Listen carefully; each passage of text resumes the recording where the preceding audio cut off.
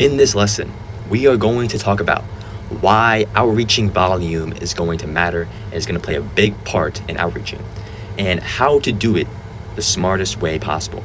So when you start outreaching out to college coaches, the best place is going to start is to close to home. So your nearby colleges.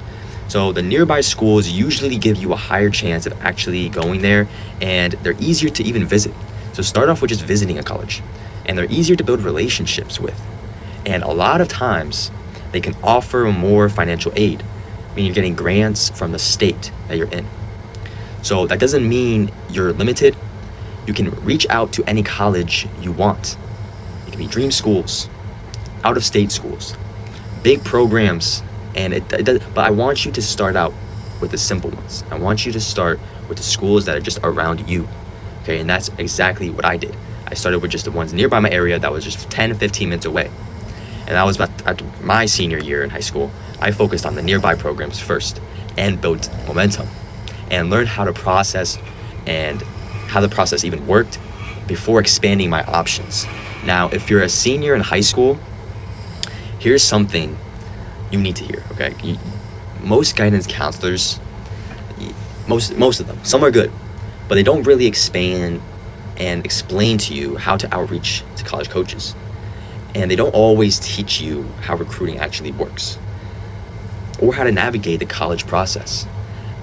Like, as an athlete, you need to know all this stuff. Mine didn't really help me, and that's why you have to take control of this yourself, and that's why I'm showing you how to do it. So one of the best ways and the best things you can do right now is start visiting campuses. That's the best thing. To get open houses. I want you to set up an open house today. And that doesn't, if you're a senior or junior, it does not have to be your dream school. It can be any school. The goal is just to get started, is to build that momentum. And you need to see what college is actually like.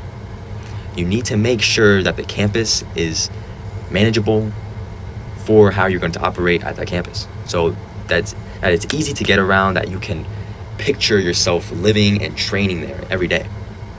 And if possible, even ask for a coach to show you around, because a lot of coaches do college tours, and that's even better.